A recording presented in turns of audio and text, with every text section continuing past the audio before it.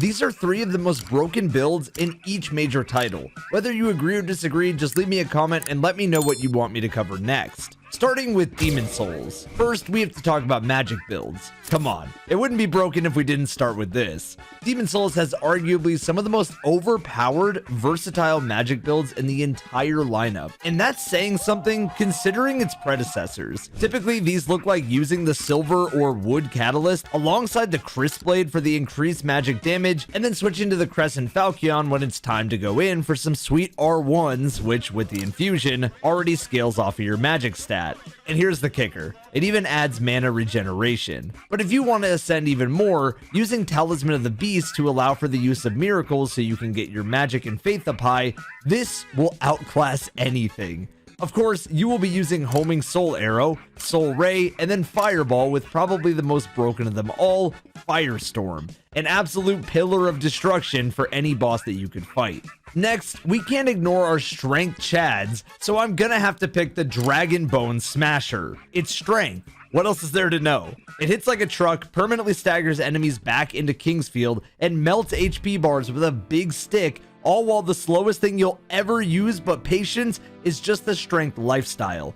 There weren't any jump attacks yet, so you had to be a little less aggressive than in a game like Elden Ring, but we'll get there soon. For some reason, this thing can be buffed, which you'll typically use the cursed weapon one for the physical builds, which will increase the weapon damage by 50% at the cost of 1% of your HP a second. Neat little trick though is that if you use the cracked Talisman of the Beast to cast it, meaning you don't meet the magic stat requirement but the faith one, you will lose 1 HP instead, not a percentage. It goes so incredibly hard and is such an extremely good option. And finally, the Meat Cleaver has to be our last one. This thing transcends the very definition of a weapon, and its existence in itself is an anomaly. It is the only weapon in the whole game with 2 S scalings, one of which being strength and the other dexterity. But no, FromSoftware decided that it should have an A scaling in faith as well. It was buffable for some reason too, so players would be running the light weapon spell, casting it with the Insanity Catalyst. It granted you 1% of your HP per hit, which wasn't a whole lot, but the fact that it was there was questionable. And finally, its catalyst was a large hammer, when it's literally called a meat cleaver, a large knife. It dealt slashing damage.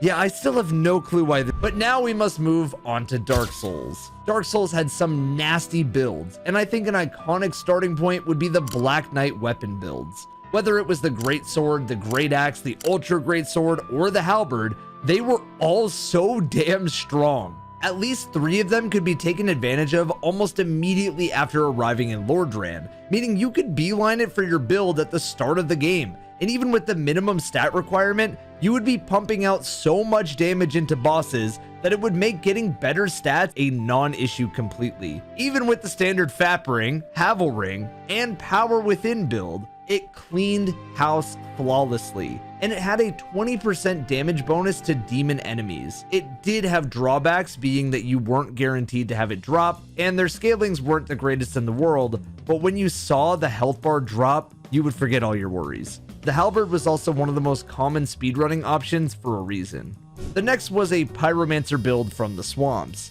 This thing absolutely shredded, with a plethora of different options to mix up enemies and bosses you would come into contact with. Creators like Yempha had so many different options for you to beeline it to get an upgrade like Pyromancy Hand, as well as to Quailana to acquire absolutely absurd pyromancies.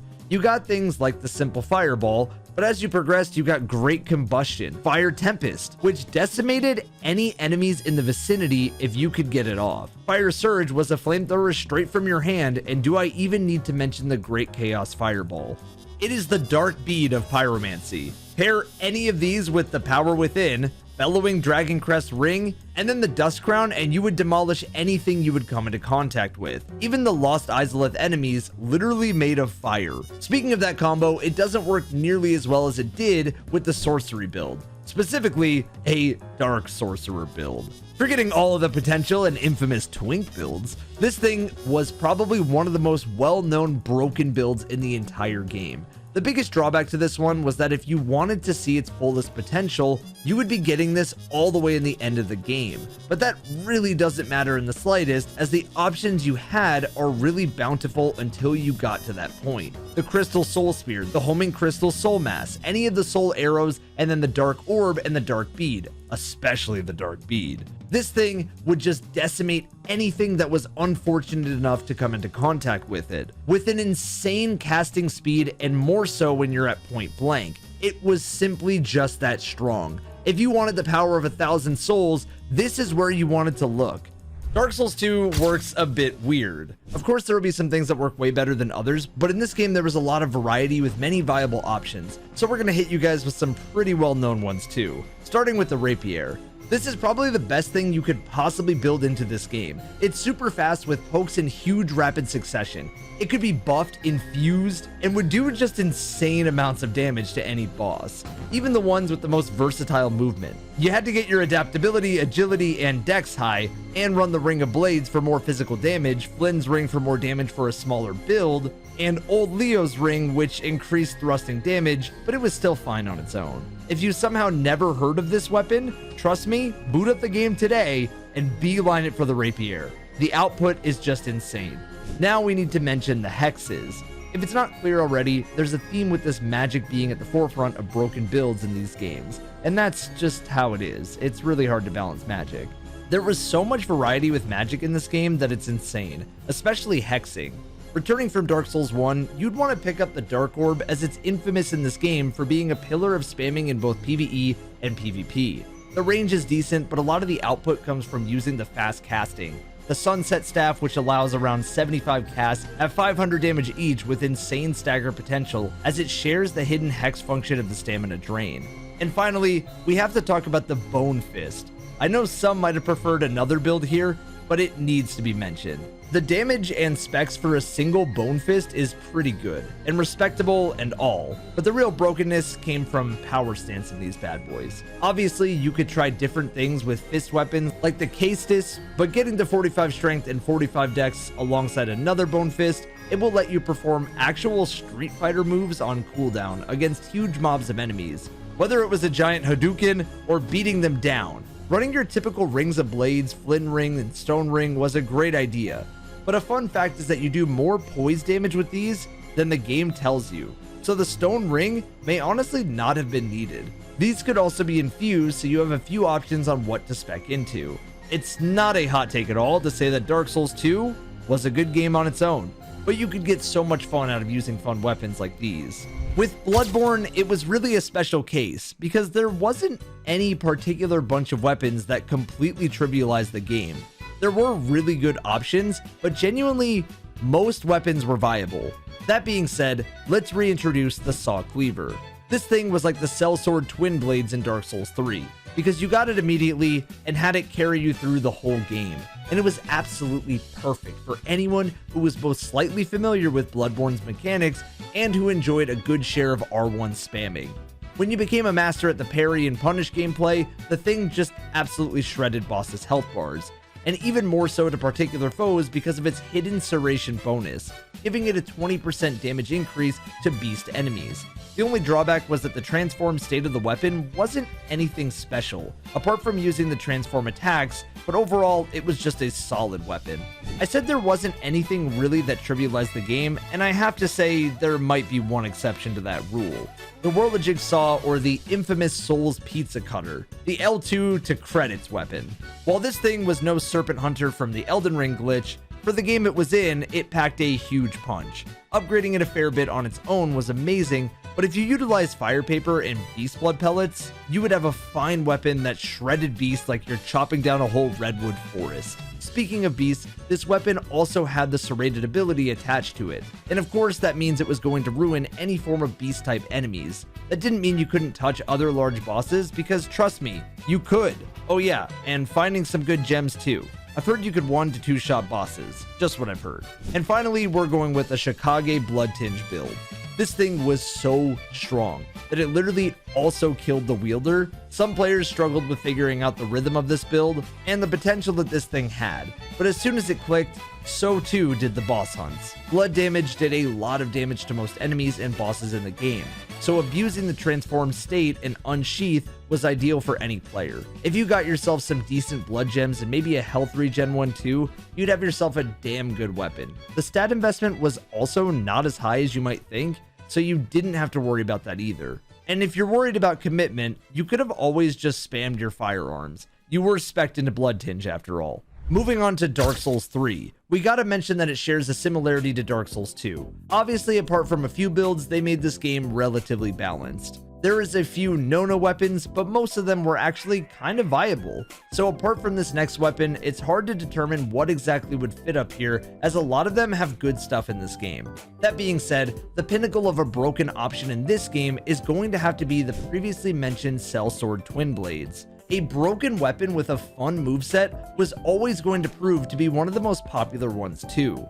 You got this thing literally immediately, as well as if you picked up the mercenary starting class, and you could just spec straight into it for the entirety of the game. It could be buffed with whatever resin hit a boss the hardest, and infused with a myriad of different options. Many people chose Sharp to get high dex scaling, and because the swords did some strong damage and hits with both weapons, its stagger potential was also nuts on enemies. Mix that with a low stamina cost and L1 spam, and you had an extremely strong option that could take you all the way through the game if you spec'd into it. But even then, you didn't need to spec in that much. You could honestly get through the game criminally underleveled because of how much this thing carried you through it. Our next weapon was, well, not a weapon, you guessed it, it's magic.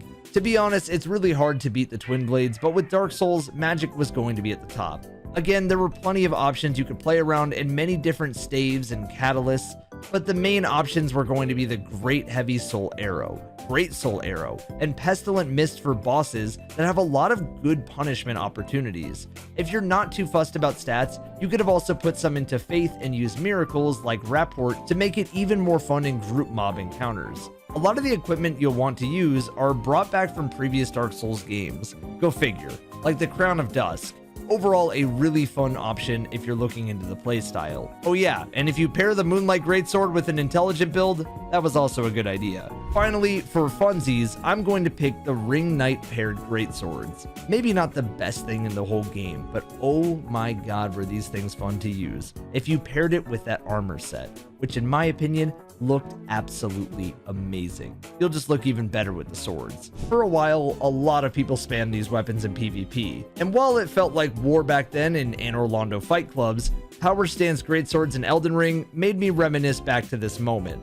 They're just a blast to use in both PvE and PvP, and they have such a great moveset with a pretty generous output of damage too. Using these as the Half-Light boss made others in the room just tremble at your existence and just run away. And finally, we have the broken Elden Ring weapons. We have already made a video extensively covering over 15 broken weapons in the game, so I'll try to go over them lightly. You should totally go check that out though. Elden Ring was a game that literally redefines what a broken weapon was, and honestly trivializes so many boss fights compared to the previous games. And one of those in particular was the Blood Fiend's arm. Literally the chicken wing of death. Sure, its arcane scaling and bleed buildup got nerfed, but that number went from like 460 to 230 with a well-spec'd build or something like that. Its moveset was pretty standard with a lot of love to give our favorite strength users, but there was so much value out of its charge R2 that you could keep chaining into another, which just builds bleed on a boss so damn fast and deleted the red off of a health bar like you're a vampire sucking off some blood. I mean sucking down some blood. Many people will debate what deserves to be in this spot right now, but I had to put something here for the DLC representation. Not to suggest it's worse than any other weapons, because I can't stress that enough, it isn't, but the base game weapons are pretty damn good. Speaking of, I want to bring up the Blasphemous Blade. I gassed it up so much in the last video, and for good reason. I love this weapon. The Greatsword did a lot of damage on its own, its heavies were good, its jumping was great, but the meat on the bones came from the Ash of War. It was so damn strong with its damage, and it just collaterals mobs of foes in relatively quick succession. Not to mention, it basically got buffed with the addition of the Talisman of the Dread from the Shadow of the Erdtree DLC, increasing the potency of magma attacks. And obviously, this was without mentioning the lifesteal on top of it. It just deserved to be mentioned again, no questions asked. And the final build of this list is the Bloodhound's Fang. Again, this was not downplaying any other weapons that could have been here. I'm putting it here for the sole reason of how early you could get it and how many people used it for their entire run. Because it was just that good the more you leveled and upgraded it. It had a really fun moveset, an amazing Ash of War, it could be buffed, and just overall did insane amounts of damage. It was a great option for dex builds, really just for any build. So that was 3 broken builds in each of the SoulsBorne games. Let me know in the comments if you think I missed a super crucial, infamous build that you feel deserves to be here. My name is Evan, and hopefully, I explained that well. I'll see you in the next video.